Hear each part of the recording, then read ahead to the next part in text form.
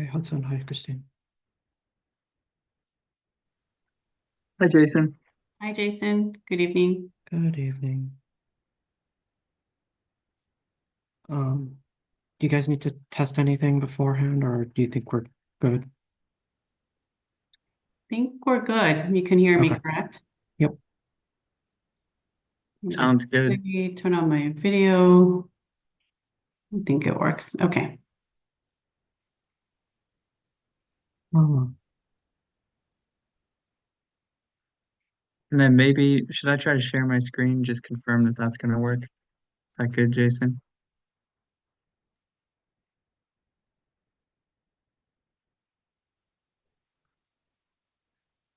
And Jason, you are on mute if you're talking. okay. I had the YouTube test on my computer. I didn't realize that. So I was hearing it like 5 times. I was like, "Oh my Oh, goodness, what's no, going on?" no.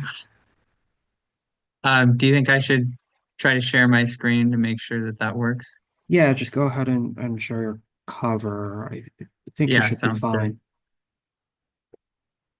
fine.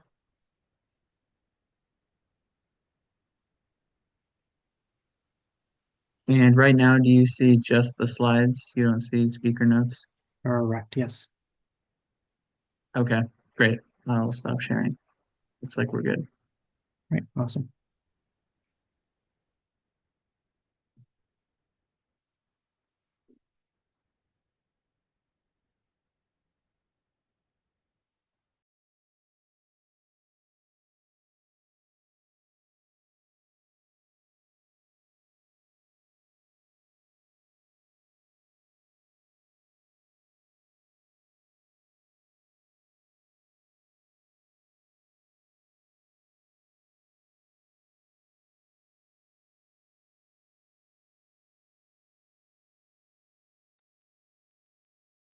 Jason, one of our presenters is having issue with audio and video.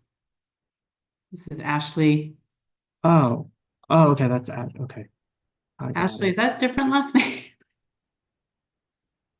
McCutcheon. Yeah. Well, I didn't know who that was. Yeah.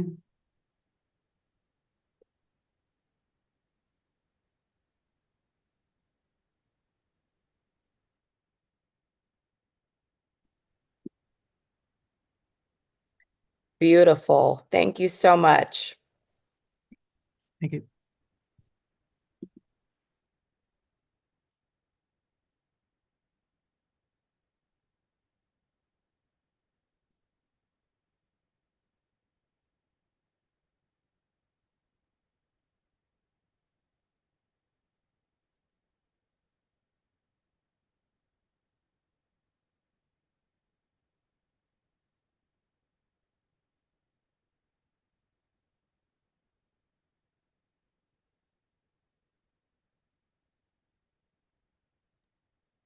Jason Husson sent you a list with some other folks on my Yep. team Yep. who I've might be, promoted. They're yeah. being promoted. I already Okay. asked.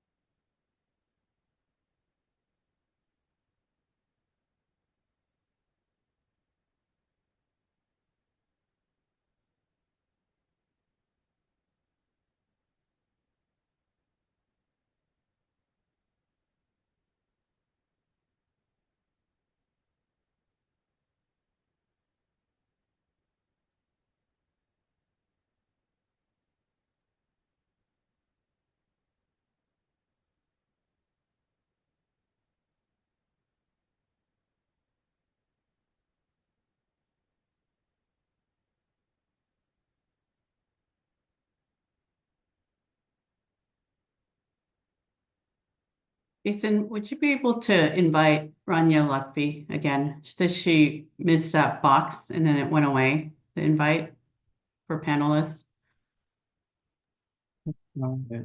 Thank you.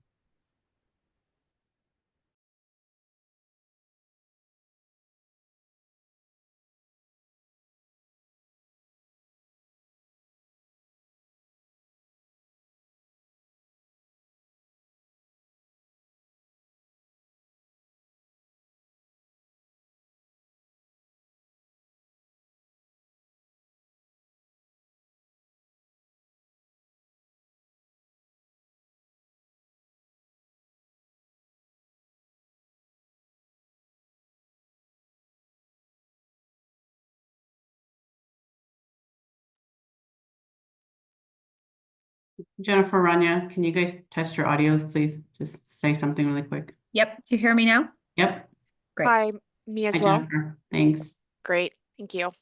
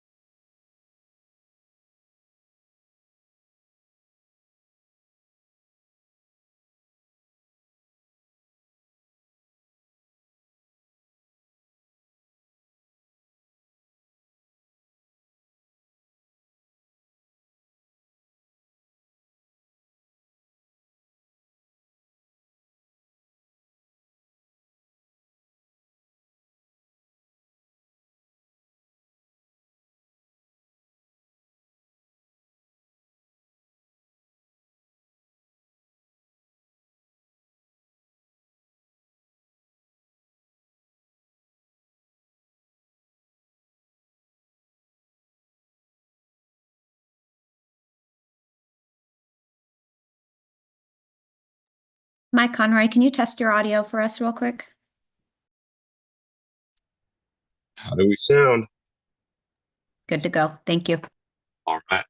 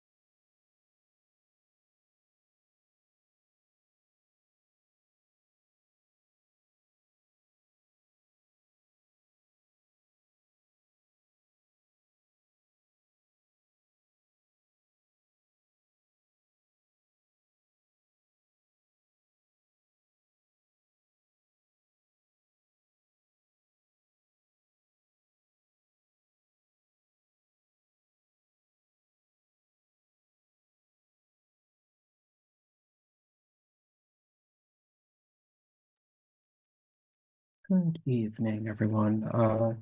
So it is about 6:26. We'll probably start a few minutes after the appointed start time, so I'll probably start at about 6:32, 6:33.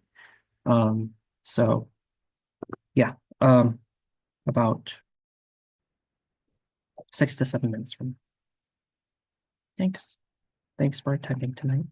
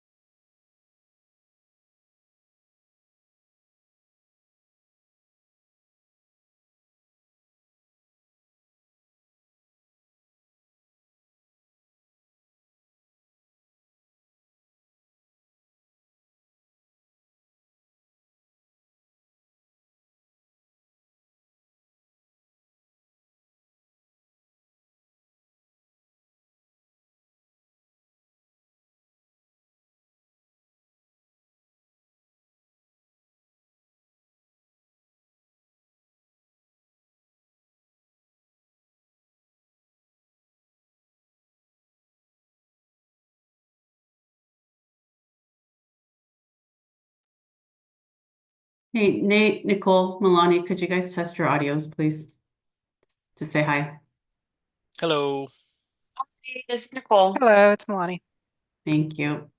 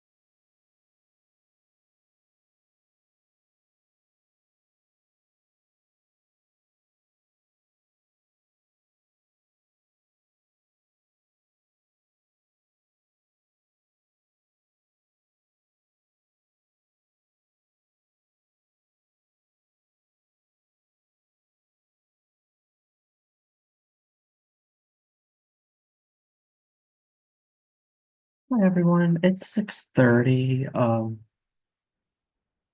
We'll start in about 2 to 3 minutes, so give people some time to come in. But yeah, we'll start around 6:32, 6:33.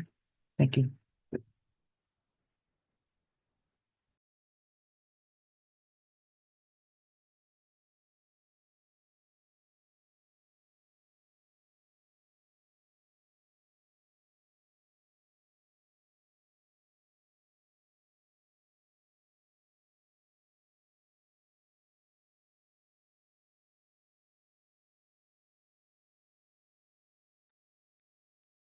Jason, would you be able to invite Trudy as a panelist, please?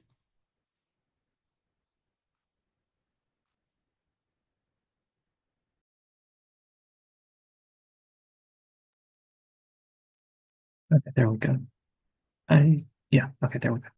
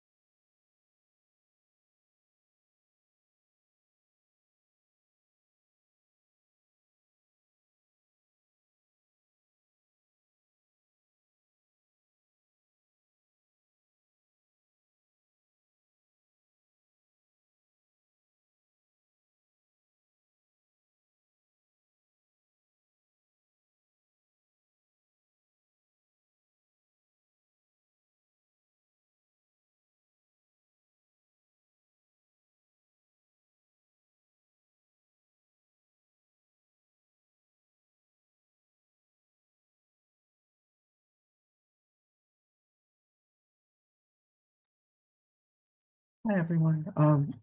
Give me a couple more minutes. The council member is actually trying to join the meeting, so I'll give him the grace to try to sign on. So, um, yeah, 1 second. Sorry about that.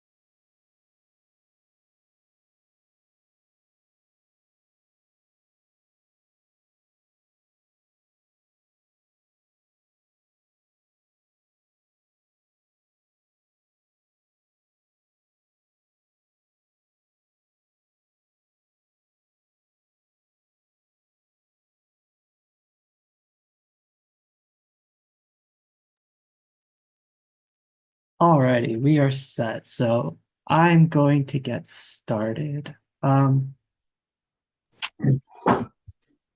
So all right. Good evening, everybody, and thank you for joining us for tonight's virtual community meeting. My name is Jason Lee. I'm the project manager with the City of San Jose's Planning Division for the Race and San Carlos Chick-fil-A project located at 1301 West San Carlos Street. So before we get started tonight, here is some information about how the meeting will be conducted and how to participate. When you entered the meeting, you are automatically placed on mute. During the open forum section, you will be unmuted one at a time if you'd like to speak. If you have joined by phone, you will be prompted to press *9 on your phone. If you have joined by computer, tablet, or cell phone, you will be prompted to press the raise hand feature located at the bottom of your screen to be unmuted. Note that you must be on Zoom to speak. If you're watching via the YouTube live stream, you will not be able to comment during the meeting. There's plenty of room in the meeting, so if you are actually watching via YouTube live stream, I see a few people doing that. Go ahead and enter the Zoom information and ID at the bottom of the screen, and you will be able to get into the Zoom. You can access the agenda via the link provided in the postcard notice or by following the instructions on the screen. Please refer to page 5 of the agenda, which outlines the code of conduct, and please adhere to this code. The agenda also contains contact information for me, as well as Kara Hawkins, the environmental project manager. This meeting is being recorded, and the recording will be available upon request. And lastly, this is a community meeting, not a public hearing, and therefore no approval or denial of the project will take place today. Property owners and tenants within 1,000 feet of the project site will be mailed a public hearing notice at least 10 days prior to the hearing date.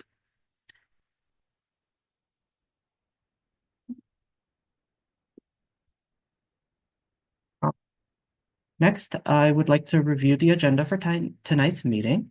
So for an introduction from the city team, we have myself, Kara Hawkins, the environmental project manager, and Alec Atienza, acting supervising planner.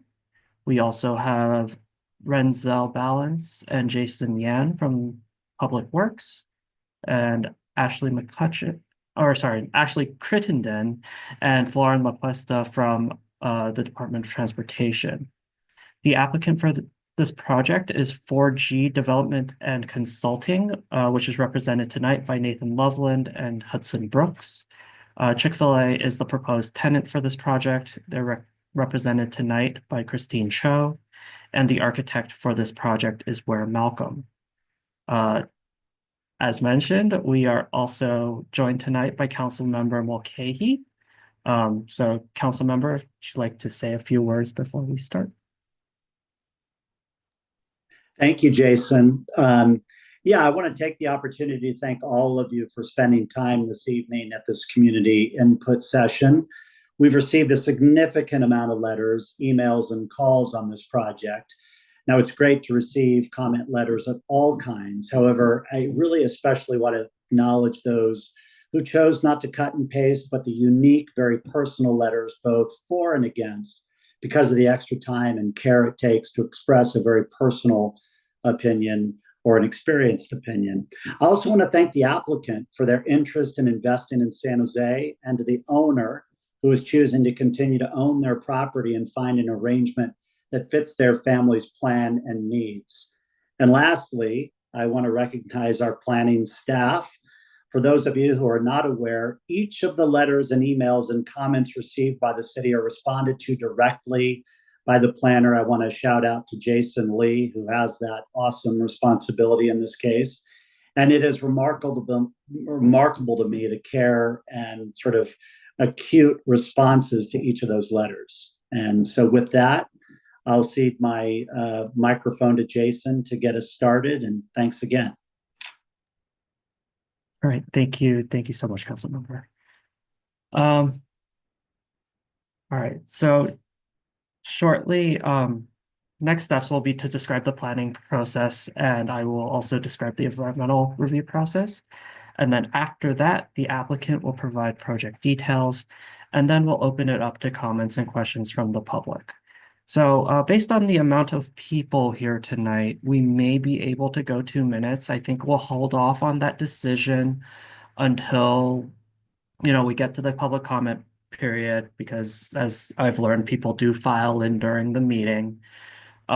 So we'll hold that decision until then, but just so everyone knows, I know I warned for 1 minute, the interested parties list actually for this project is more than 3 times the amount of people here tonight right now. So we may be able to do 2 minutes, but we'll wait until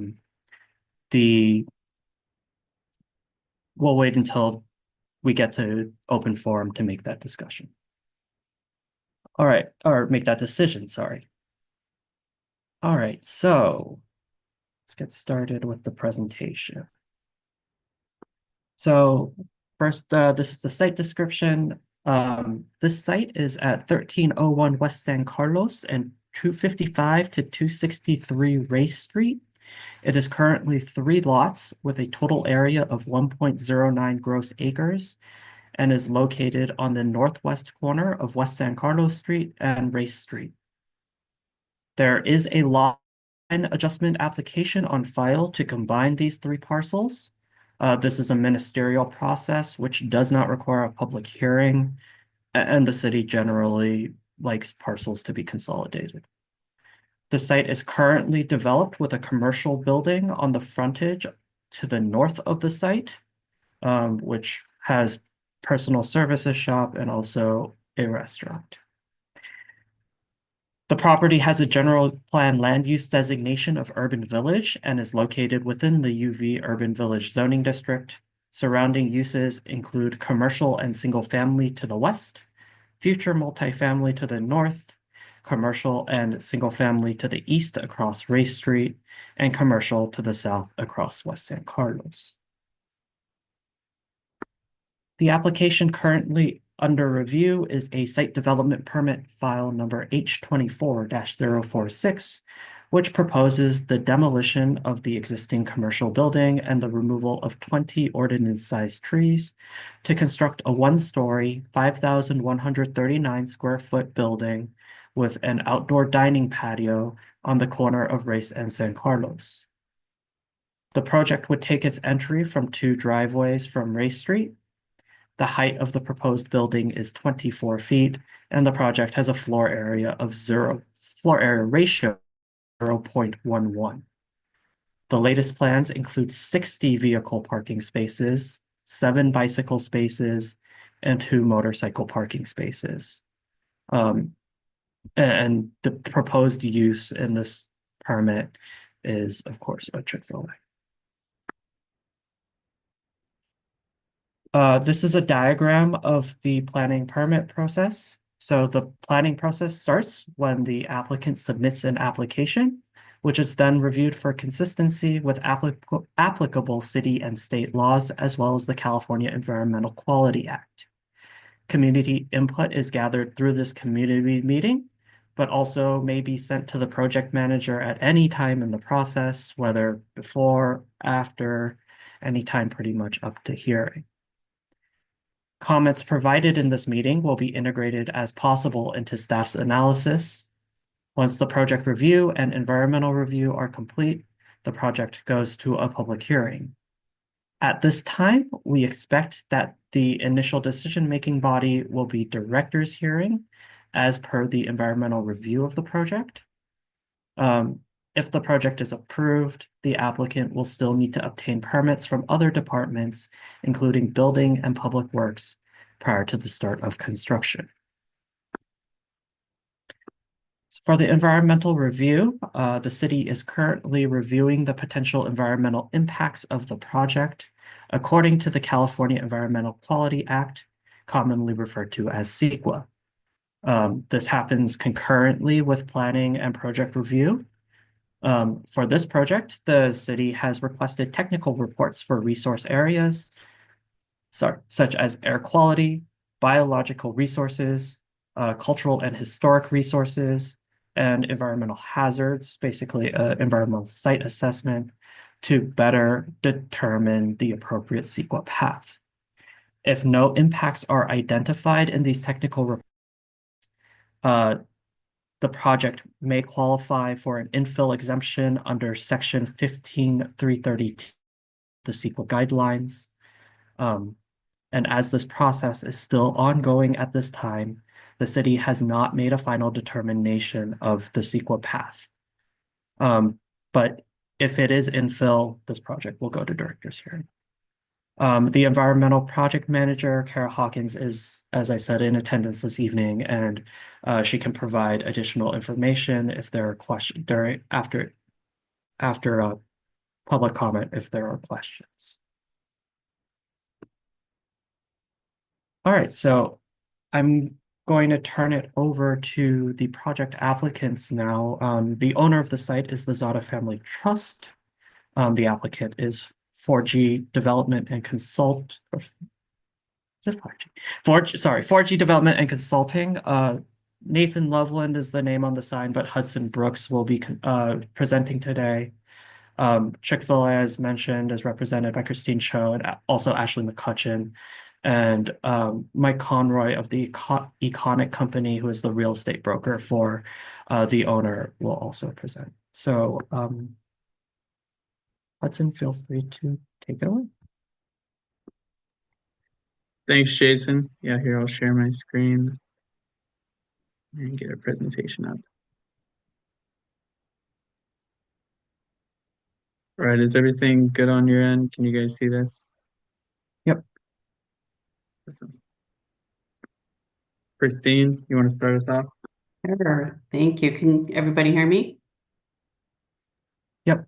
Okay. All right. Well, good evening, Jason. Thank you so much for your presentation. So thank you to say good evening to planning staff and Councilmember Mulcahy. Thank you so much for being present in our meeting today, and mostly to our valued community members. My name is Christine Cho. I am with Chick-fil-A's West Region Development and Construction team, and our West Region office is based right here in California. I'm thrilled to be speaking with you tonight this evening about the exciting plans that we have for expanding our business here in the West San Carlos neighborhood. And first of all, I just really want to start off by our sincere thank you to planning staff, especially to Jason. I do want to echo Councilman Mulcahy's, comment about just your thoroughness about reviewing all the letters and personally responding to every single person who sent in a letter and just addressing their concerns. So we thank you very much for doing all of that and just going above and beyond for planning staff. So Chick-fil-A, we've been in business in San Jose for over a decade, and we're proud to have made a lot of significant contributions to this vibrant city. We currently operate around 10 restaurants in the San Jose area. which employs over 1,000 team members. Our restaurants are incredibly popular, and we take pride in the positive impact that we have for our community. I'd like to share a little brief history about this site, our involvement. When this former housing project fell through, we were approached a number of times to consider building a Chick-fil-A on this site. We finally put things in motion last year when we felt it was the appropriate time, and we had a restaurant model that we developed that didn't include a drive-through, making it perfect for denser neighborhood serving locations like this one. This site is part of a market that will help to fulfill the demand for the brand and service to this community. We've been collaborating closely with the property owner. They have been proven fantastic partners in helping us create plans for this restaurant. And we also deeply appreciate that it's the same family that has owned the property for generations who resides in this community. And they've been great partners thus far, working with us to develop our project. And for those of you who are not aware about the Chick-fil-A model, our restaurants are independently owned and operated by a local operator who lives in the community. Currently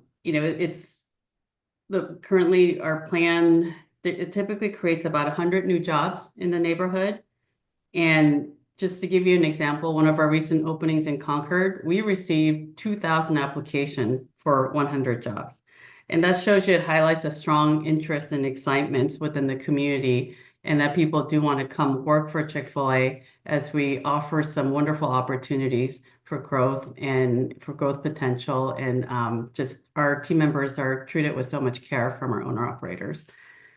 So as Jason mentioned, we have been working closely with the city to ensure our project aligns with the West San Carlos Village Plan. We are incredibly proud of our proposal and its unique components that we have designed with care and the community in mind. And we firmly believe that this restaurant will be a wonderful addition to the neighborhood. And now to present our project, it is our pleasure to introduce Hudson Brooks, our development consultant with 4G Development, who has been working directly with the city on our behalf. All right, Hudson. Thanks, Christine. Thanks everyone for joining. I'm excited to be here and presenting the project tonight. Also, I want to reiterate, thanks, Jason, for all the review that you and your team have given us, comments you've given us through this process. So I'll be detailing the site plan and 3D renderings in my portion of the presentation. And as you can see from this rendering, this is a highly custom and unique building for Chick-fil-A. This mid-century design was made to comply with and contribute to the West San Carlos urban village. And this is not a prototypical building. So we'll start with a bird's eye view site plan of the project. You'll see this is a freestanding building with no drive-through or outdoor ordering zone. And this is a pedestrian-friendly site, as encouraged by the Urban Village Plan. So the building will be within 5 feet of the public sidewalk along West San Carlos, and that's in order to promote a street wall presence. And there's also going to be these 2 main entry doors located down at the street corner. And this is going to create a very inviting and welcoming entrance directly from the public sidewalks. Also, as a part of this project, Chick-fil-A will be widening the public sidewalks significantly along the West San Carlos Street as well as Race Street frontages. And this is per citywide design guidelines. This is going to promote a very walkable street corner and site. And these sidewalk widenings will all be constructed and paid for by Chick-fil-A. There's also, you'll see this large covered patio that's going to be connected to the building by a trellis design feature. And I'll show that in the renderings. And Chick-fil-A will also be planting 27 new and healthy trees with landscaping throughout the site and providing over 50% of the parking lot to be shaded. You can look at the fun stuff now. We'll go to the renderings. This is a view from Race Street looking at the building. And this view really shows the high quality design of the patio and trellis shade cover. There's also lush landscaping surrounding the patio, and that creates a buffer and encloses the dining space from pedestrian traffic on the sidewalk. This will all be enhancing the pedestrian interest and vibrancy of the project. Here's a view from the interior of the parking lot facing the parking lot building entrance. And this elevation clearly shows the roof line trim feature and the angled roof here that's a part of that mid-century design. And the trash enclosure will be located away from the street at the western side of the property, and bins will be completely enclosed from the view of the public. And here's a view of the building as though you were driving by on West San Carlos Street. This elevation will be used for a mural that faces the public sidewalk and street. So Chick-fil-A is going to be working with a local artist for this design in order to best fit the art with the urban village. And this mural will be highlighting the sense of place of the urban village and will be in a very visible location. And it can be seen by cars and pedestrians along West San Carlos Street. The mural will add to the uniqueness and design of the building. And it really has been specifically made for this community and location. Here's a view as though you're looking at the building kind of down Race Street. And this just shows the widened sidewalk entrance here. And that promotes the walkability. And then there are those 5 new street trees that will be planted by Chick-fil-A. And that's along the Race Street frontage, providing greenery when you view the site from the street. And then this is that initial rendering I had up. I just want to talk through a couple more things on this. It shows this welcoming entrance here along the sidewalk at the street corner. These are the 2 double doors. They're kind of in the shade here, but they're right here and here. In this corner of the building has been designed to create pedestrian interest and ensure the site can be easily accessed from these large public sidewalks. And again, this exterior design has been customized to align with the urban village's minimalist mid-century aesthetic. And that's through clean lines, simple forms, and muted tones on this building. And Christine, I'll go ahead and pass it back to you. Thanks, everyone. All right, thank you, Hudson, for that presentation. Now I'd like to pass it on to Ashley McCutcheon, who is part of our Chick-fil-A Public Affairs team in the West region. Okay, Ashley? Thank you, Christine. Thank you, Hudson. Good evening, everyone. Thank you, Jason. Thank you, Councilmember Mulcahy, planning staff, and community members that are here with us today. I appreciate the opportunity to join you all. My name is Ashley McCutcheon, and I serve as a public affairs lead supporting the West region for Chick-fil-A Inc. And I have the privilege of working alongside our local owner operators, our community partners, and public officials to help ensure that we're not just opening restaurants, but that we're building relationships and making a lasting difference in the communities in which we serve. My journey with Chick-fil-A began at just 15 years old. I was working as a Chick-fil-A team member in high school. And thanks to a lot of hard work and the support and the mentorship of my local owner operator, I was able to open my own Chick-fil-A restaurant at the age of 26. I spent over a decade doing business in and giving back to the Los Angeles community. And that experience shaped how I view this work today. It's not, for me, for us, just about serving food, but about creating opportunities and connection and impact where it matters most. And so, as you know, we are looking forward to opening a new Chick-fil-A restaurant at Race in San Carlos. And Chick-fil-A is known for quality food and warm hospitality, but we also care deeply about the communities in which we serve.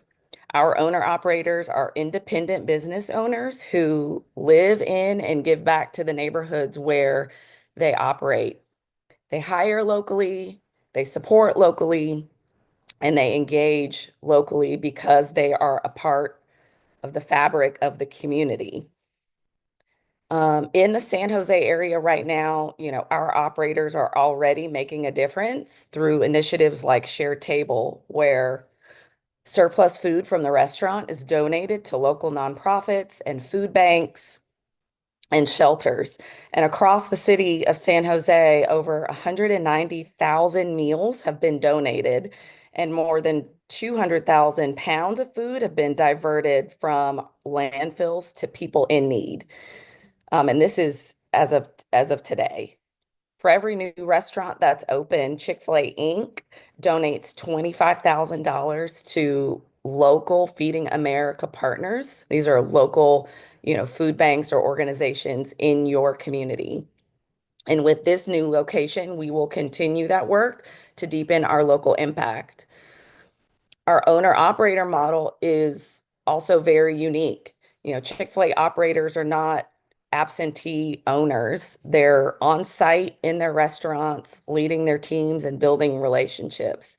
And this allows them to invest personally in the growth and development of their team members. I know firsthand from that experience, many of whom are high schoolers and college-aged students, parents, or individuals that are seeking leadership opportunities. Each Chick-fil-A restaurant typically creates 80 to 120 local jobs, and our owner-operators often go above and beyond caring for their teams. One of the ways that they do that is through the Remarkable Future Scholarship Program. And since its inception, Chick-fil-A has awarded over $191 million in scholarships to more than 105,000 team members across the country, helping them to pursue higher education and future career goals. $665,000 in scholarships has been awarded to team members here in the San Jose area.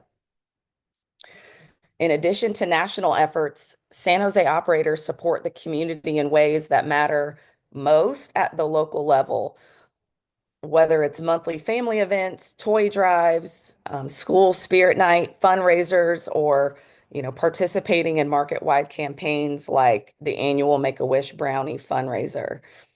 Since 2019, local Chick-fil-A restaurants have raised over $100,000 for Greater Bay Area Make-A-Wish to help grant wishes to local children fighting cancer. We at Chick-fil-A are really proud of the way that we, have demonstrated care in the San Jose community to date. And with this new location, we hope to continue being a positive presence in the community, from creating jobs and mentoring young leaders to fighting food insecurity and investing in education. Hopefully, this new restaurant will continue to reflect our commitment to being a good neighbor. Thank you all again for the opportunity to speak and share about Chick-fil-A today. I'm happy to answer any questions at the appropriate time. Thank you. Thank you so much for that, Ashley. It's wonderful. Next, I'd like to introduce Mike Conroy. Just a quick correction. Mike Conroy is Chick-fil-A's broker. The landlord's broker, Tom Spilsbury, was not available today to join this meeting. But the reason why we're having Mike speak tonight is just because of the, overwhelming number of, comments that were made on the letters that was regarding the property. And we just want to be able to give some of our thoughts regarding it. So Mike is joining us today. So Mike, I'll hand it over to you. Thanks, Christine. Good evening, everyone. Thanks for your time. Planning staff, community members, fellow community members. I'm a San Jose native. Jason, thanks for being the MC tonight, and Councilmember Mulcahy, thanks for your time, and nice to meet you virtually here. So from a real estate perspective, obviously residential developers have been looking over the site. It's been available for years. They've keyed this site up, the landlord has, to make it a great scenario for a developer to have short-term leases, termination rights on those leases, to give a residential developer the bandwidth and timing flexibility to put something together. So this has been on the market for quite some time for that. However, market conditions that we're seeing, costs of goods, borrowing costs, interest rates, you name it, developers haven't been able to make this pencil. There was a developer that did make more of an official run of it, if I recall correctly, at one point, at least a couple years ago, and they weren't able to make that work. So, you see these streets pretty picked over by residential developers, and no one's been able to make this one happen. So once that occurs, next best up is usually retail, and being a retail broker, that's where we step in. Race in San Carlos would probably be the best use for national retail or restaurant use. These are the kind of users that can take on the risk and stress of developing a site. It's tough to survive the costs that are associated with that. That's why you are seeing so few of those. And then they're able to open up, create taxes, and revenue for the city. So from what I'm seeing right now, doing retail throughout the Bay Area, Santa Rosa to Carmel out to Fairfield, that's the best uses that we're seeing at the moment for sites like this, and why we're happy to be here. All right. Thank you so much, Mike, for Yeah, thank you. Thanks, everyone. clarifying answers. So that concludes our portion of the presentation, Jason. Once again, I want to thank you and planning staff for just your thorough review of our project. And our entire team is here tonight. We also have our design team on board if any questions arise. So we will be here to answer any kind of follow-up questions. So thank you very much. All right. Thank you, Christine and Hudson, and sorry for misidentifying you, Mike. All right, so we're now going to open the meeting up to public comment. So because of the number of people here tonight, we do feel that we will be able to allow everyone to speak for 2 minutes. So it will be 2 minutes of speaking time per person. So if you're not prepared for that, I'm sorry, but again, like I said, that we expected a lot more people to be here tonight based off of the amount of interest I've received on this project. So at this time, please use the raise hand feature on Zoom or press *9 on your phone to let staff know you would like to speak. Staff will call out your name or the last 4 digits of your phone number, and you can please unmute yourself when we hear you call your name. Each speaker will have 2 minutes to share comments. I don't believe anyone is on the YouTube live stream, but if you are, please come over to the Zoom in order to comment. All right, let me get this list back up. All right, let me make sure this works.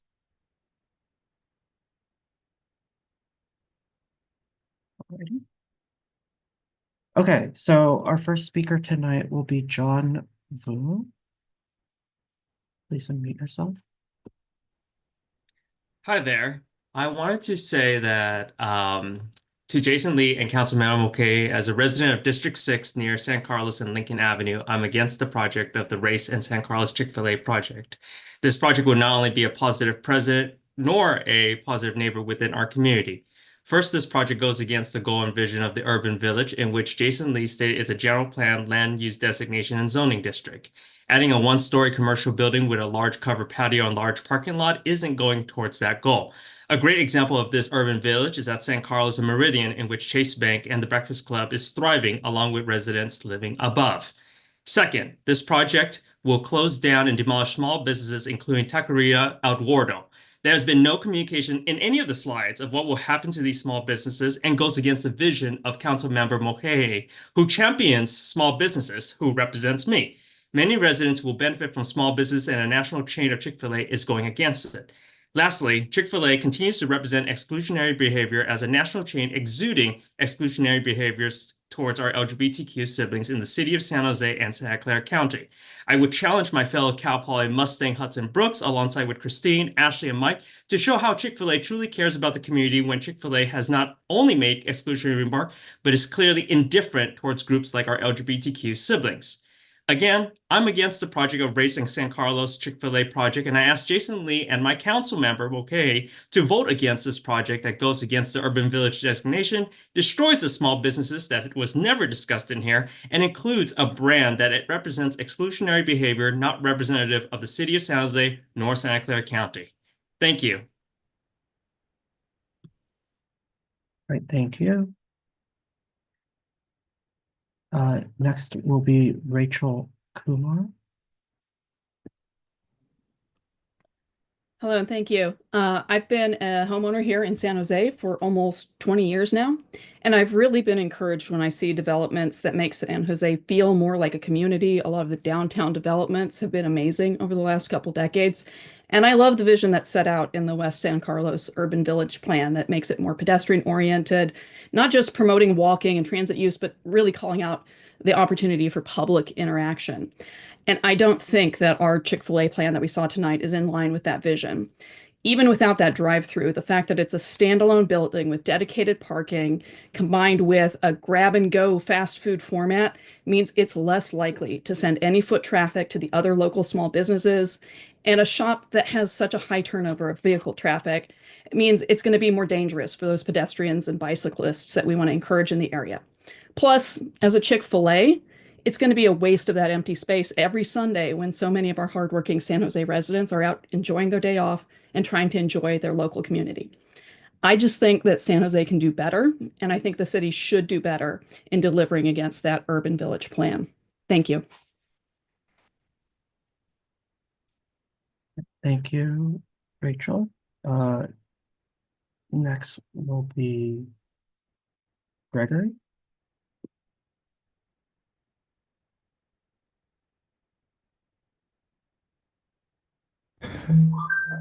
Hello. Hello. Hi, my name is Gregory Murphy. I live a few blocks from the proposed project. I bought a house here 12 years ago because I love this neighborhood. I was looking for a place close to transit that's walkable and bikeable, and I love living here. I got rid of my car 4 years ago and get around by foot and bike. I also am really encouraged by the Urban Village Plan because it will promote more of that in this neighborhood. And so Chick-fil-A, I'm so happy that they're interested in this lot, that they want to develop it. I love the designs, and I appreciate all the work that went into that. But let's be honest here, this project is really a parking lot development with a small building on it. And as I read the intent of the Urban Village Plan, which is to promote non-automobile modes of transportation, and that specifically prohibits auto-oriented use, I don't think a parking lot of this size really meets the spirit of the plan. Also, I want to point out that the restaurant that's going to be torn down, Eduardo's Taqueria, which I love, I encourage people who haven't been there, go there on a Saturday morning and see how many people are in that restaurant. That's a restaurant that has 0 surface parking, none. We don't need it. So, I mean, I'm all for Chick-fil-A, and I really encourage the city, however, to ask them to compromise on the size of this parking lot. It's got to be smaller. And if you shrink it, you don't need to tear down Eduardo's Taqueria. I think that could be a win-win situation. And thank you. That's my comment. All right, thank you, Gregory. Next speaker is Brandy Moody. Hi there. As a resident of the St. Leo's neighborhood for almost 10 years, I strongly oppose the building of a Chick-fil-A on West San Carlos Street. This corner is the gateway to our community, and it should reflect who we are, not just in traffic flow or design, but in values.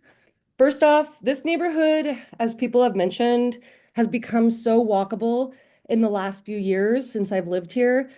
and it's taken years to really take shape. Adding a car-centric standalone fast food restaurant in opposition of our urban village plan and will frankly do nothing but add to traffic, making it dangerous for pedestrians. Even though there isn't a drive-through, it's statistically proven that only 10 to 15% of fast food patrons eat in. I can only imagine what traffic will be like when St. Leo's school gets out and people try to pack the parking lot there. Secondly, St. Leo's is San Jose's historic LGBTQ+ hub, home to the Billy DeFrank Center, once home to the Water Garden, which was the longest running bathhouse in the country. We have a Pride Rainbow Crosswalk. It's a community rooted in diversity, inclusivity, and love, values we live every day. Chick-fil-A's track record of supporting anti-LGBTQ+ causes, including groups tied to conversion therapy and opposition to same-sex marriage, directly conflicts with who we are. I've shared research with Councilmember Mulcahy's office outlining these concerns and the CEO of Chick-fil-A's continued support of these anti-LGBTQ+ causes. City leaders have shown up at Pride events, but allyship means more than photo ops. It means making decisions that protect your constituents. A Chick-fil-A here wouldn't just be a fast food spot. It would feel like a symbol of exclusion. Please reject this proposal and help preserve a neighborhood built on belonging. Thank you. Thank you. The next speaker is Eric Rees. Hi there. Can you hear me okay? Yes. All right. Good evening. My husband and I have been homeowners in this neighborhood for a decade. While we welcome new businesses, this single-story, car-centric proposal conflicts with the vision outlined in the West San Carlos Urban Village Plan for a walkable, transit-friendly corridor with multi-story mixed-use development. Most importantly, this project would displace the local businesses that have been mentioned, Eduardo's, as well as Sharper Cuts, replacing them with a parking lot. Both businesses are well-liked and utilized by the community, as has been noted, and we should prioritize supporting local businesses over yet another fast food chain, which we do not need or want. The last business here was a fast food chain and it failed. Why would this be different? Social media reaction to this proposal is overwhelmingly negative. A few key quotes from my Reddit post about this proposal. First, Eduardo's is a West Side San Jose staple. Next, I read they want to demolish local businesses. Absolutely not. Third, this area is being developed as an urban village. Some car-packed Chick-fil-A does not fit with that vision. And finally, we already have enough bigot chicken in the area. The last quote underlining this neighborhood's historically LGBTQ+ allyship with our Rainbow Crosswalk and the Billy DeFrank Center. Chick-fil-A is a known anti-LGBTQ+ business which does not align with our neighborhood's values. Additionally, despite being near major transit line, the project prioritizes cars over people, increasing traffic and pollution. Its design distracts from a vibrant pedestrian environment and fails to meet the city's design standards. Neighborhood groups, including the Buena Vista Neighborhood Association and Catalyze SV, oppose this proposal. We urge the council to require any development at the site to include housing and align with the urban village plan and encourage this council to reject this proposal. We can do better than yet another fast food chain. To be succinct, we do not want you here. Thank you. Okay, thank you for your comment. The next speaker is Shauna. Thank you. I just want to sum up what I also agree with. One, this is a parking lot with a little building attached to it to sell some chicken, except on Sundays, because frankly, they're run by a company that is not as broad-minded and as Christian as they pretend to be. When you're excluding an entire part of the community in the way that you treat others, that's not Christian. This lovely little greenwashing of putting a few trees on a giant parking lot is not pedestrian forward. It's completely and totally based around cars. We don't need any more car-centric planning in San Jose. We need pedestrian-centered planning. We need community-centered planning. And frankly, the city can do better than a company that has already shown that is going to upset the neighbors with its position on LGBTQ rights. No thank you to Chick-fil-A. They can move along. Thank you, Sean. The next speaker is Beatrix. Hi all, my name is Beatrix Jimenez Housley and I'm a resident of the Buena Vista neighborhood and a part of the Buena Vista Neighborhood Association. And I have aligned with everyone, with what folks have been sharing. I'm against this project. We don't need another Chick-fil-A in San Jose. That'll cause unnecessary traffic, especially one that'll displace 2 small businesses and remove 20 trees. Taqueria Eduardo #2 is one of our favorite small businesses, and we love going there. And in today's climate, we shouldn't be removing trees. They're essential in carbon sequestration. We need an urban mixed-use area in Midtown San Jose. I urge the city to prioritize projects that align with the West San Carlos Urban Village Plan's vision, focusing on pedestrian-oriented, mixed-use development that enhances the existing character of the area, which this project does not. I encourage the developer to reconsider the project, exploring alternatives that preserve the existing buildings and prioritize the retention of mature trees and small businesses. Thank you. Thank you, Beatrix. The next speaker will be Jake Wild. Hi, hello. Good evening. My name is Jake Wild, and I'm speaking tonight on behalf of Catalyze SV and our members. As an organization, Catalyze SV, we've evaluated over 70 projects in the Silicon Valley, and we've only ever opposed 3. This Chick-fil-A is one of them.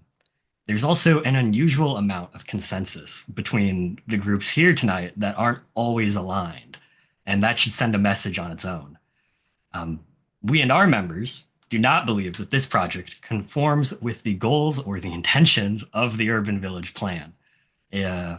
In describing how this project aligns with the Urban Village Plan, Chick-fil-A claims that they are, transforming a surface parking lot into a vibrant and accessible business. But that's just not the reality of the situation. This proposal will demolish an existing building, create more surface parking, and build a new driveway. We struggle to see how creating more space for cars aligns with any conception of pedestrian accessibility or promotes alternative transit options. This is a project for cars, not people. Urban villages are designed to provide a vibrant and inviting mixed-use setting to attract pedestrians, bicyclists, and, everyone, transit users, everybody. And a standalone Chick-fil-A does not do any of that. The land that we have for mixed-use development in San Jose is scarce. We are a big city, and we have these teeny little growth areas. We just cannot afford to be using our land in this way. Thank you. Thank you. I struggle with the time, sorry. The next speaker is Greg. Hello, my name is Greg Ripa, and I'm a nearby resident on Lincoln Avenue, north of San Carlos Street. I love walking and biking in this neighborhood and living here. I echo a lot of what the other speakers have said, and I oppose this project because I don't believe the project fits in well with the various intents, goals, objectives, and policies of both the San Jose General Plan and the West San Carlos Urban Village Plan. And I've submitted a letter discussing that to city staff and the applicants. City staff and the applicants, however, believe this is a pedestrian-oriented project. But as discussed in my letter, I don't believe so, because the majority of public uses in the building are oriented near the parking lot and not along San Carlos Street. Plus, the number and types of doors and windows on the building, including vinyl film placed over many of the windows along San Carlos, but not along the parking lot. So that just shows you that this is more parking lot oriented rather than pedestrian oriented. If the Chick-fil-A was at least more pedestrian oriented, such as having more transparent windows and doors along San Carlos, I'd at least be a little bit more supportive of it. One of the good ways to do this would be to flip the office and food service areas inside of the building. Similarly, if the project was the highest and best use of the site as a mixed-use, high-density, pedestrian-oriented development, then I would be very supportive of it. But as it stands now with this low-density, parking lot-oriented project, I'm opposed. Thank you. Thank you. Next speaker is Bill Rankin.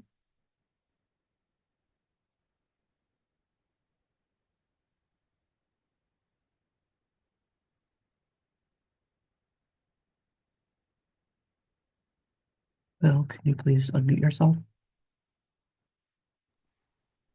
Hi, my name is Bill Rankin. I'm a resident of D6. I'll try to be very brief. I'm against this project. It completely goes against our urban village plans. The buildings in this area need to be as high as the airspace allows. In the future, this area, the Diridon project area, will be a very exciting place, and to have a tall one-story building and a flat parking lot is a waste of our precious downtown space. This project will take this land out of contention for a much more dense urban projects for 50 years or more. Please do not build this project. Thank you. Thank you. The next speaker is Russell B.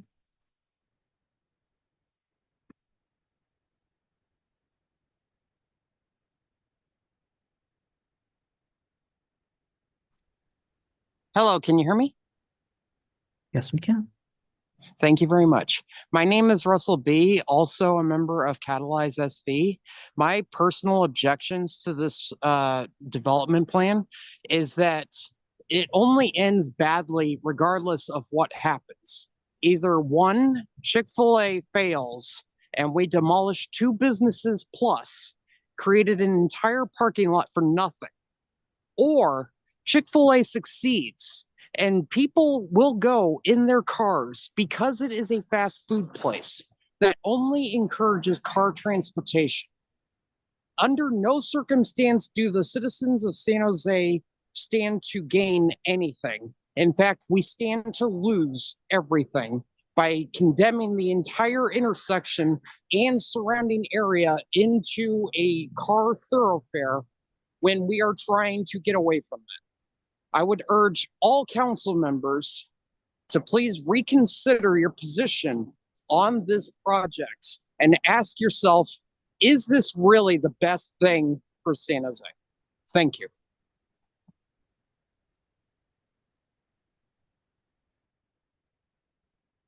Oh, thank you. The next speaker is the username is iPhone 16 Pro Max. So I'm going to ask you to unmute, and please unmute. Hey, my name is Mark. I am the president of the Buena Vista Neighborhood Association, and I am deeply opposed, both personally and representing the neighborhood association, to this project.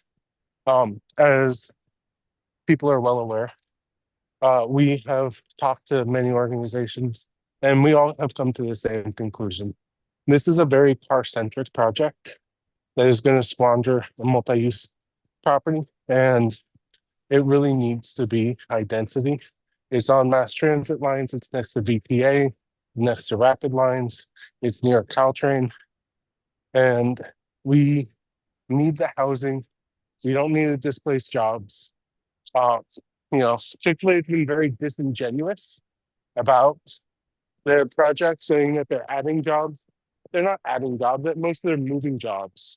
And Chick-fil-A isn't known for offering full-time employment to employees.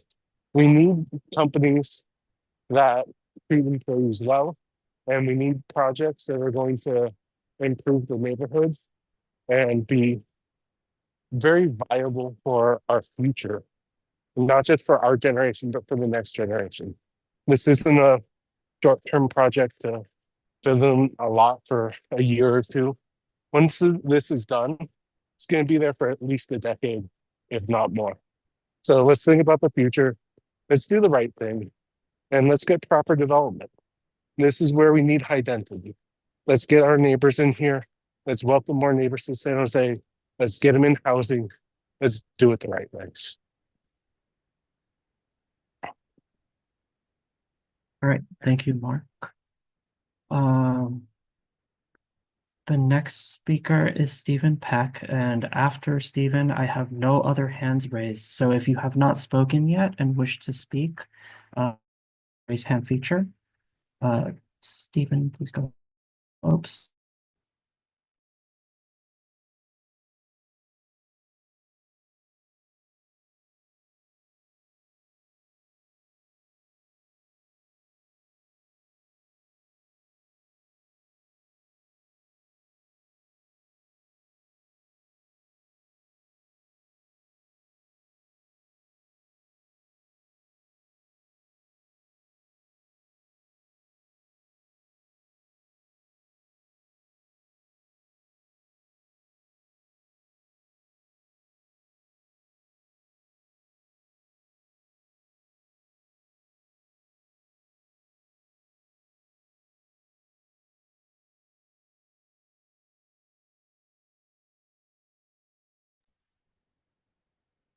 I think we lost Jason.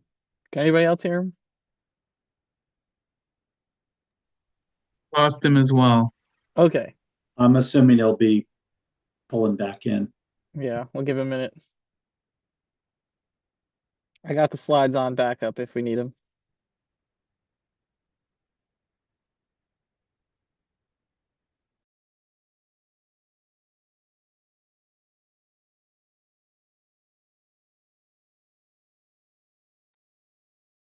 I don't know who has admin privileges, but for some reason I have the ability to mute and unmute myself. So whoever does it, you might want to take it from us residents unless you want us to speak. All good. Thanks for the heads up. Take care, Alec.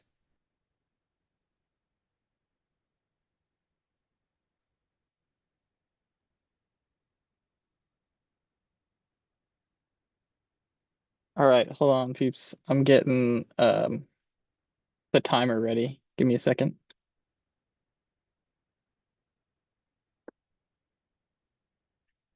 Oh, Jason, you're back.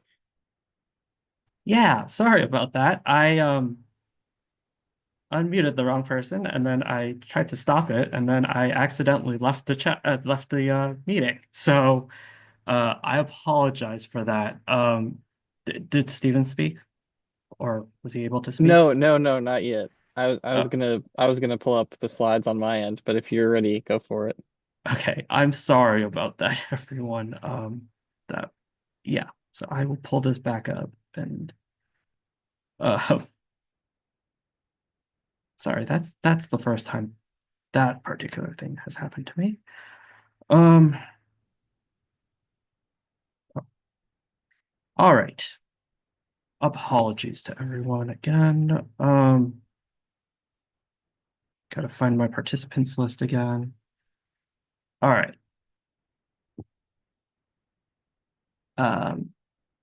And I have to give myself permission to do this again. My apologies. Okay. My apologies. Stephen, you can go ahead now. I'm sorry.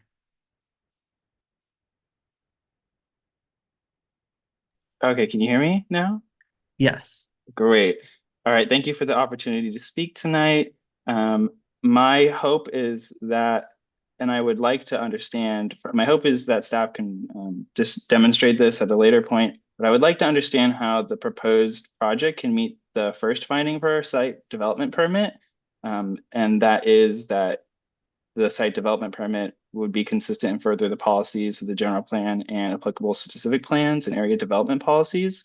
Single-use, low FAR, and auto-oriented projects are discouraged in the West San Carlos Urban Village Plan. As previously mentioned, the proposed project has a FAR of 0.11, while the urban residential designation, which is all three parcels of this site, suggests a FAR of 1.0 to 4.0. I would also like to mention that the site of the proposed project is now eligible for streamlined ministerial review for certain housing projects per San Jose's 2023 to 2031 housing element, if the project could incorporate additional uses such as housing and preserve existing uses. then I think it would receive much more community support and actually be consistent with the West San Carlos Village Plan, and in my opinion, meet the findings for a site development permit. Thank you. Thank you, Stephen. The next speaker is Katie. Hello, my name is Katie Peterson. I've lived in San Jose for about 11 years, and I am sharing my disagreement with the planning and building of a Chick-fil-A on West San Carlos Avenue. I am disheartened that there are any Chick-fil-A's at all in the city of San Jose. We are a vibrant city that has many LGBTQ plus community members, including myself. And I believe that Chick-fil-A has shown time and again that they not only do not support the LGBT community, in fact, they are working against the LGBTQ plus community, and their history of donations to organizations that, as one person mentioned, are in support of conversion therapy and other things that lead to suicide and mental health issues in the LGBT community is horrific. The county of Santa Clara just did a flag raising for Transgender Day of Visibility, and there was in the San Jose City Hall, and I believe that it is a little hypocritical for our city council members to vote in support of this plan. If you are going to Pride events and acting like you're standing in support of the LGBT community, and then voting for an organization that has shown its true colors time and again. So I urge you to please reconsider and choose a business that is going to align with the values of the city and that is going to support all of its community members and not be exclusive for any reason. Thank you. Thank you, Katie. The next speaker is Larry Ames. Yes, hi, Larry Ames. I'm the chair of the District 6 Neighborhood Leadership Group. We've submitted a letter with detailed comments. Just want to echo the comments of many others. This site has been planned for a high-density development to create a vibrant, walkable urban village, and it would be a lost opportunity to use this site for just a single-story building on a large parking lot. We oppose it. Thank you much. Thank you, Larry. The next speaker is Jane Dresden.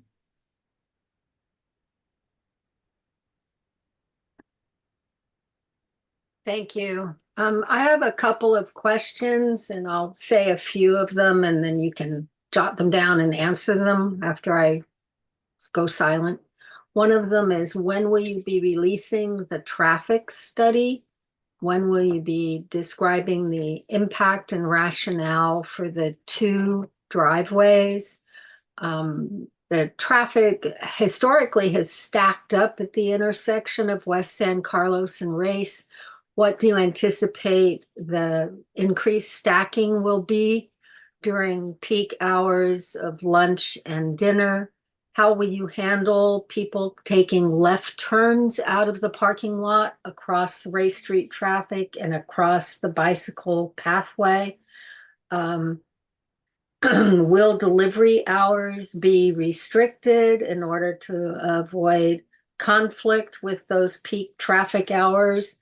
I'm also want to make an extra comment that although I can be sympathetic to property owners' needs for their investment, there have been many property owners over the years that have been disheartened when their properties were rezoned in a way that didn't match their long-term hopes, and the city held firm to its general plan.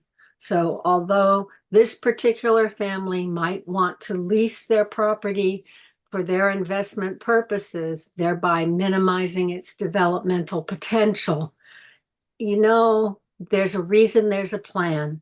And considering the mayor's budget message included a proposal to take Agnew Park for housing, and last Tuesday, another park item was pulled so the mayor could talk about privately a golf course for housing. I think that we need to hold to our plans. Thank you. Yeah. I see no additional hands from anyone who has not spoken yet. So if you have not spoken and wish to speak, please, you know, hit the raise on Zoom.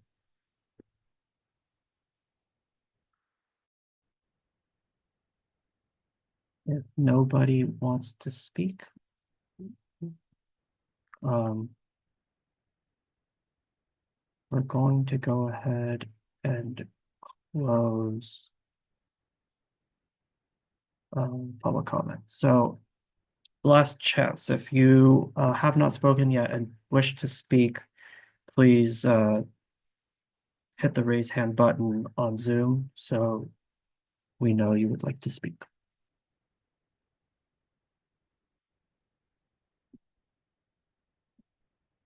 All right, in that case, I'm going to go ahead and close public comment.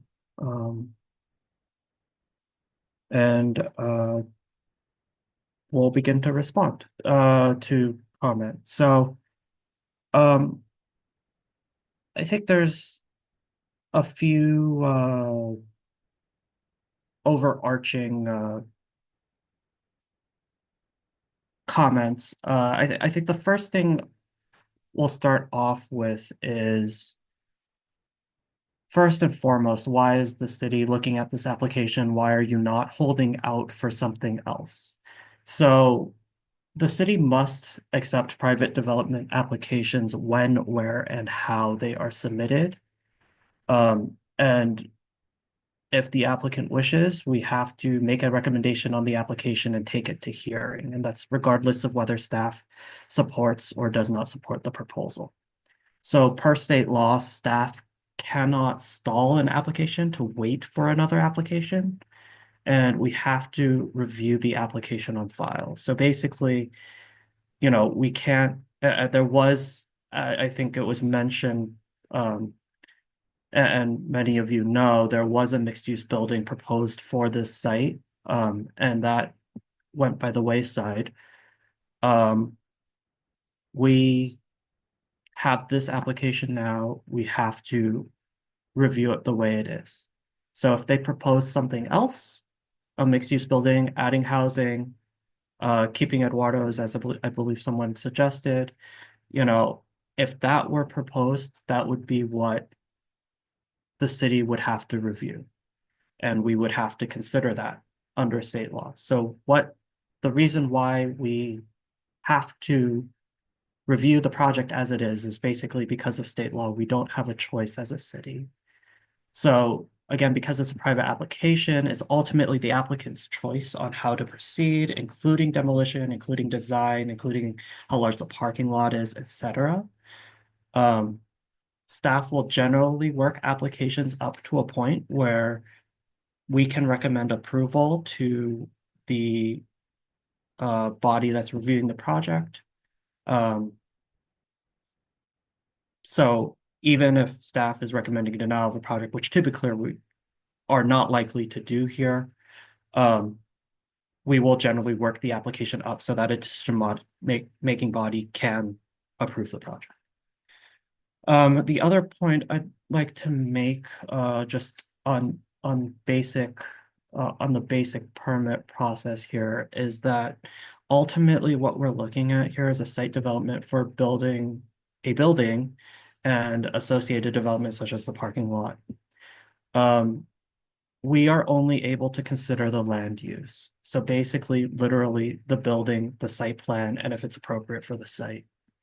We cannot, and also a decision maker when it gets to hearing cannot consider the applicant's identity, the applicant's political stances, etc. We're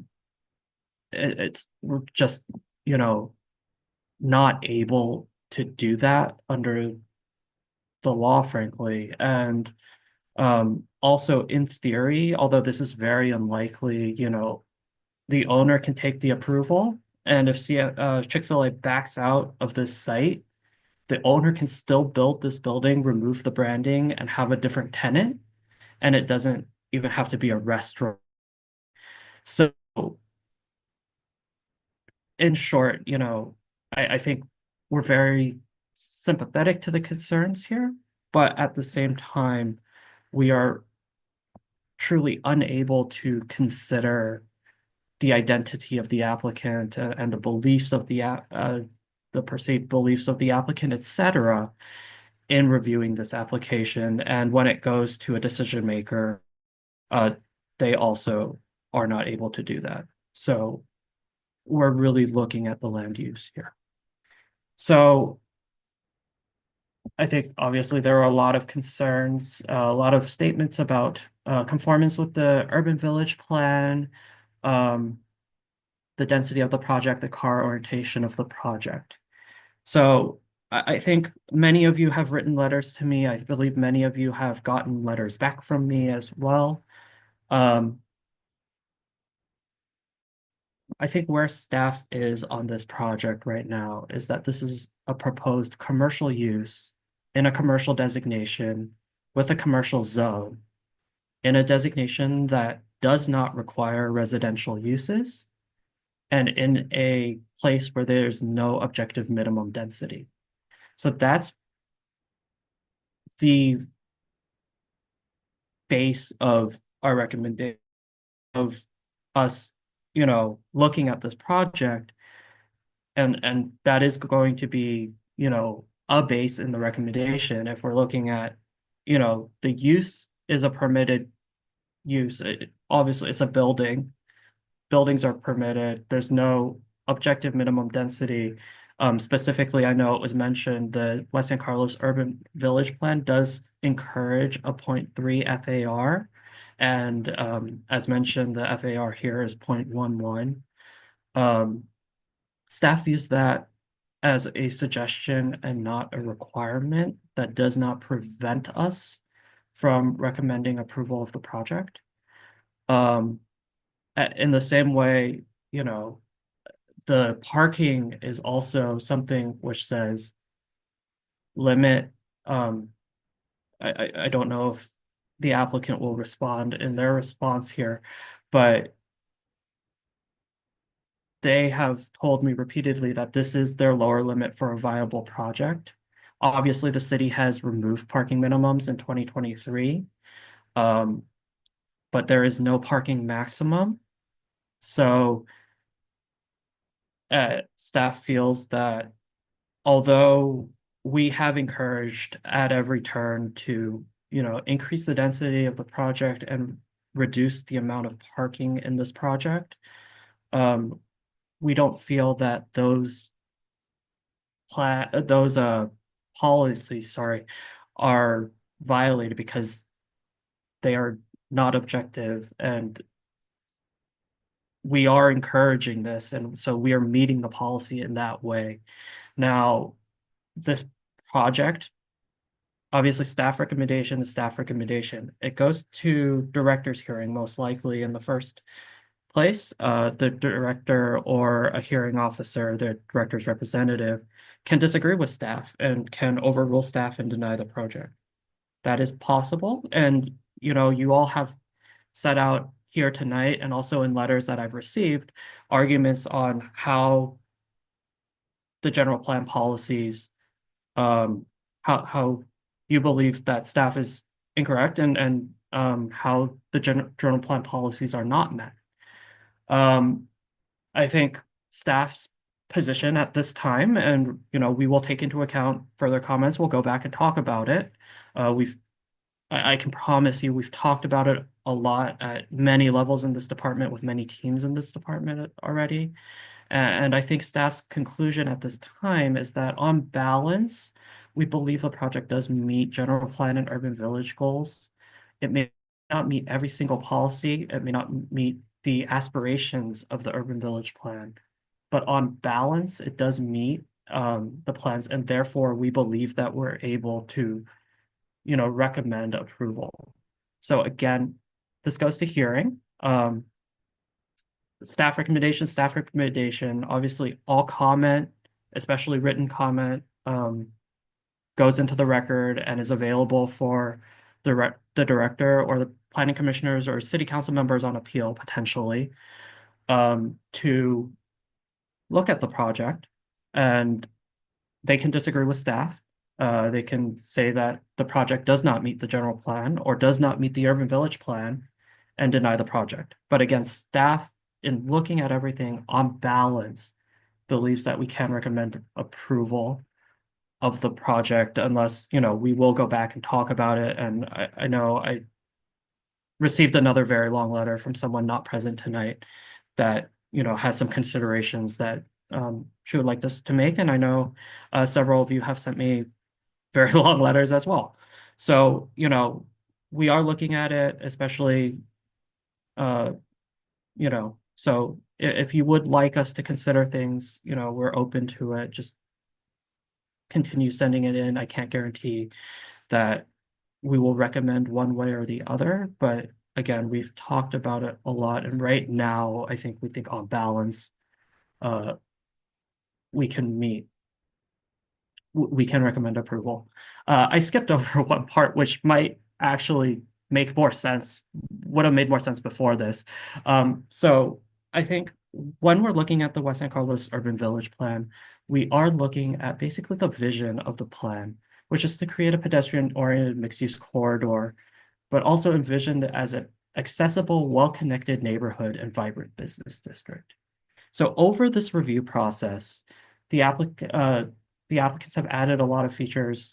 There's the patio at the corner, which adds street level vibrancy to the project. There's going to be a mural. We will condition that to cover half the building along San Carlos, which will add pedestrian interest to the site. I think it was mentioned there will be wider sidewalks on both San Carlos and Ray Street. There will be bulb outs on the intersection. And all of this helps meet the vision of the plan. So even though this is a lower density project, and we will obviously, it is a lower density project. But I think staff believes generally that, there are a mix of uses, there are a mix of densities throughout all urban areas. And this project, while lower density, does increase connectivity to the site, to the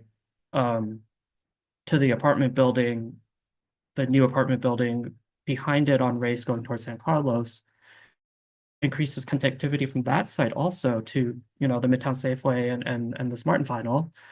And it creates a lower barrier gathering space with a covered patio and includes vibrancy, and it does improve the streetscape and integrate some public art as well.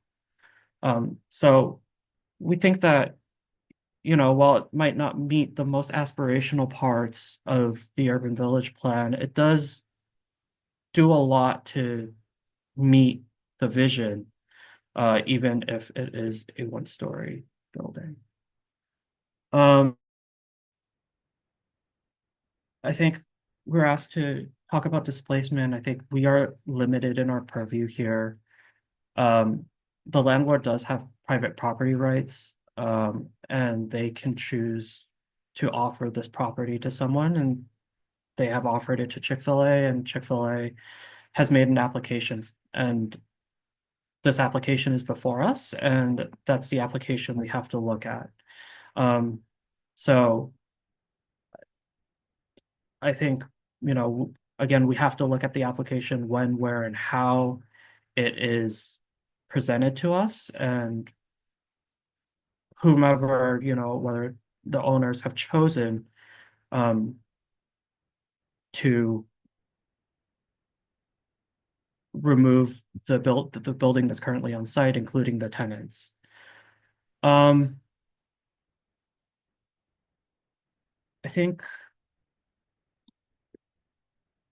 I think I'll stop here. Florin or Renzel, do you want to take the last question about well, and then the left turns onto Race. And I will take the impacts of the reason for the two driveways after. Yeah, I can talk about that.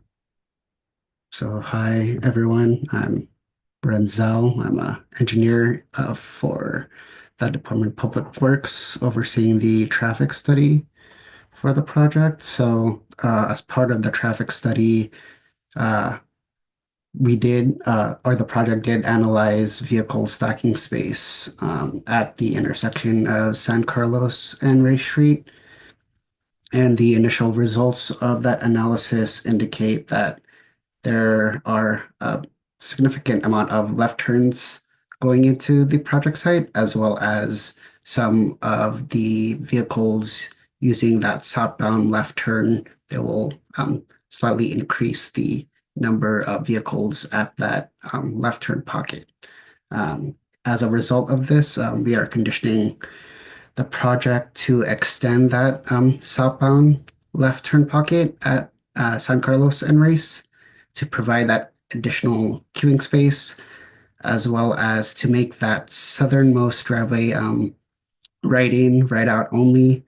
That's to prevent left turns from happening, crossing over Race Street and affecting the operations of that nearby intersection. The northernmost driveway will be full access, so left turns will be able to happen from that access point. Thanks.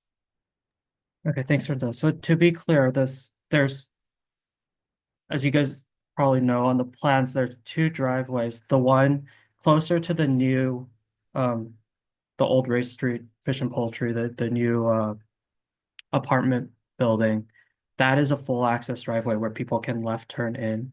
But the one close to Carlos will turn in, so only going southbound from Race, and right turn out only, and left turns will be prohibited. Okay, so the reason why there are two driveways actually is because of loading, frankly, fire. It is kind of requested by loading, and then based on the design, fire, and I believe integrated waste management, which is the trash folks, have requested that, you know, they basically said we cannot U-turn within the parking lot to go back out on the same driveway. We have to be able to come in on one driveway, and there has to be a second exit to be able to leave the lot. So that's why there's two driveways. You are correct. It does technically violate design guidelines. Can make an exception for for citywide design guidelines, especially when there's health and safety issues, like if the fire department requires it. And that happens regularly at any project. If our design guidelines conflict with what fire needs, fire will get what they want. For delivery hours, our municipal code events, loading, sweeping, landscaping, maintenance, pretty much any outdoor activity within 150 feet of residentially designated property, which I believe, which the apartments in the back are, between 12 midnight and 6 p.m. It can be allowed with a conditional use permit. This project is not requesting that, but that's really the only limitation that we have in the code, and that's really what we can request, and that will be a condition in there.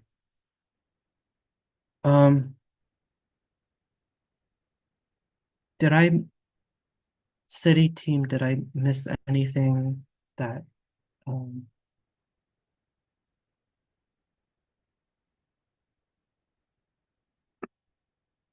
city team I think you're good, Jason. I think let's maybe let Chick-fil-A if they want to respond. Yeah. All right. I'll pass it on to Christine and Hudson. All right, thank you, Jason. Yeah, we'd like to address one item, and I know, and we're voluntarily addressing this with some of the comments that were made tonight. Just some of the misinformation. It's disheartening to end a meeting this way. So I'd like to turn the table back to Ashley, who'd like to speak a little bit more about our corporate values. And, just as we at Chick-fil-A, everyone is welcome. And we just want to make sure the community knows that. So Ashley? Thank you, Christine. Yes, I would like to say a few words. I certainly heard and listened to all of the comments about the project, and just wanted to share that, in my experience, everyone is welcome at Chick-fil-A. And if you've, ever visited one of our restaurant locations, it is very likely that you were served by someone who was, excited to see you. We recognize that there has been misunderstanding around our giving policies and how we operate. So I wanted to just take a little bit of time to address some of that. First off, Chick-fil-A is not anti anyone. We have over 3,000 restaurants in the United States and Canada, which are mostly locally owned and operated by independent franchisees who represent the broadest range of diverse backgrounds and perspectives. We operate restaurants in some of the most diverse places in the US and internationally, including Toronto and New York City.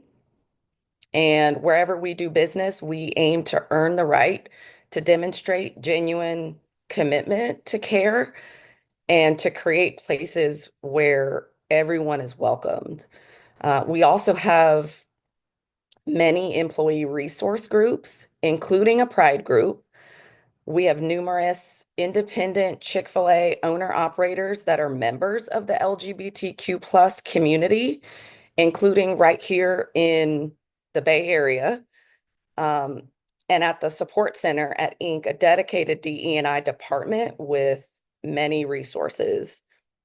And so while I know that we just met tonight, over Zoom, it's hard to build trust quickly.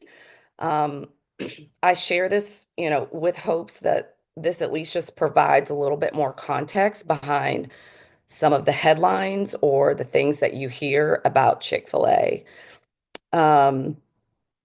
If you're interested in learning more or just hearing more about, the topic, please feel free to visit chickfil-a.com/DE&I. There's a lot of really great information there that will help showcase and hopefully better, show who we are as a company. Thank you.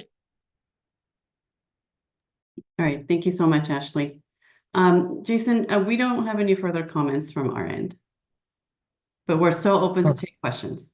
If there's any Okay. other questions. Thank you. Yeah, I think, I think, we usually just respond here and then follow-ups generally can happen, and my information will show on the screen soon if you don't have it already. And if you have questions for the Chick-fil-A project team, further questions from them tonight, feel free to send them on to me and I will forward them on to Christine and her team. Councilmember Mulcahy, do you have any closing remarks? Sorry, I don't. I just, really appreciate so much input and the back and forth, input and also you sort of clarifying the process ahead. And thanks everybody for coming out. All right. Thank you very much, Councilmember.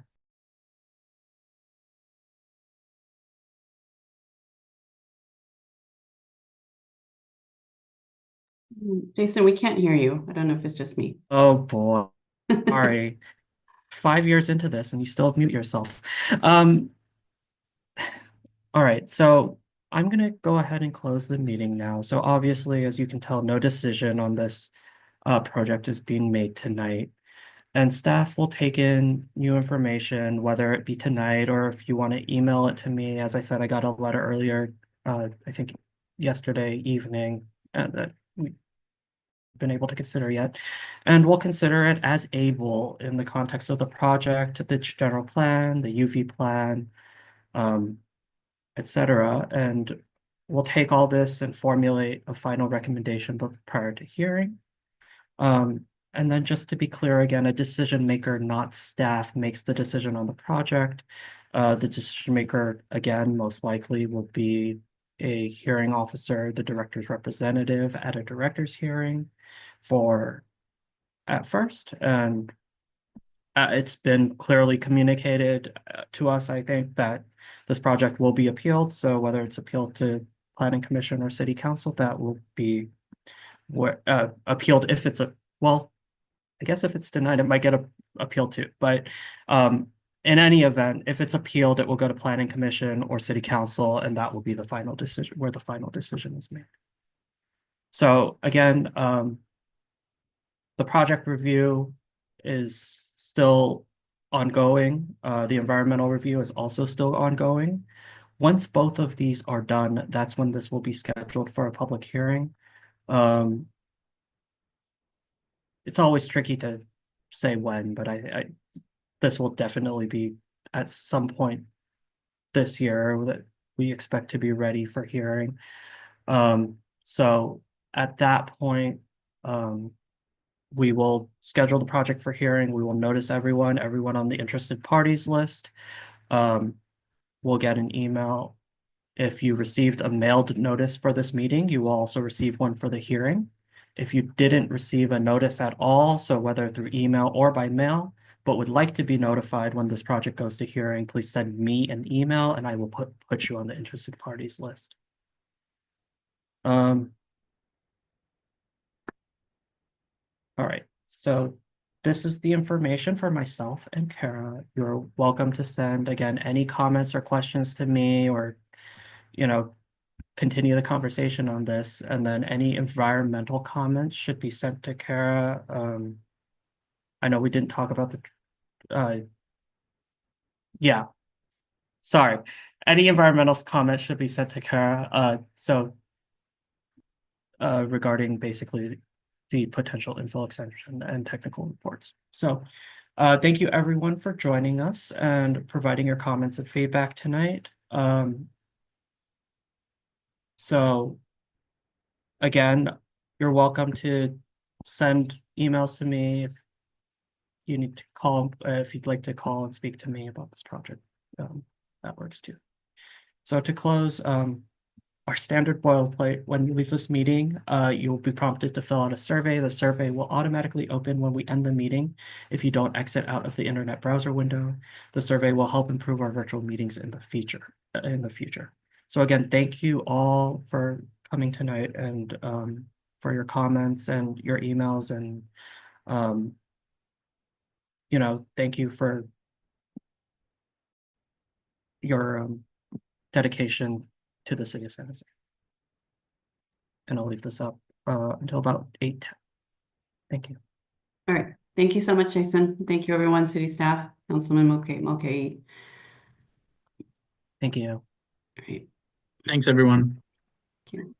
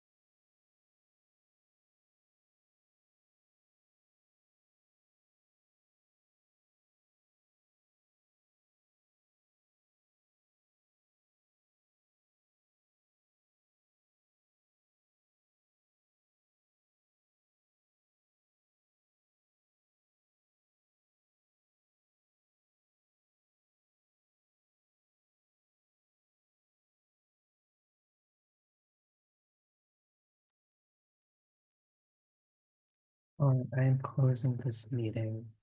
Thank you again for joining us and good day.